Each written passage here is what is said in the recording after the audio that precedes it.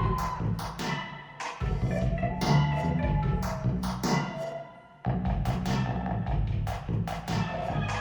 don't know what that dream is that you have. I don't care how disappointing it might have been as you've been working toward that dream. But that dream that you're holding in your mind, that it's possible. That some of you already know that it's hard. It's not easy. It's hard changing your life. That in the process of working on your dreams, you are going to incur a lot of disappointment, a lot of failure, a lot of pain.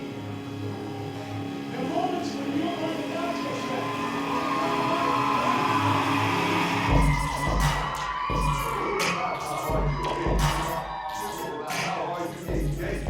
And keep moving forward. I would say take and keep moving forward.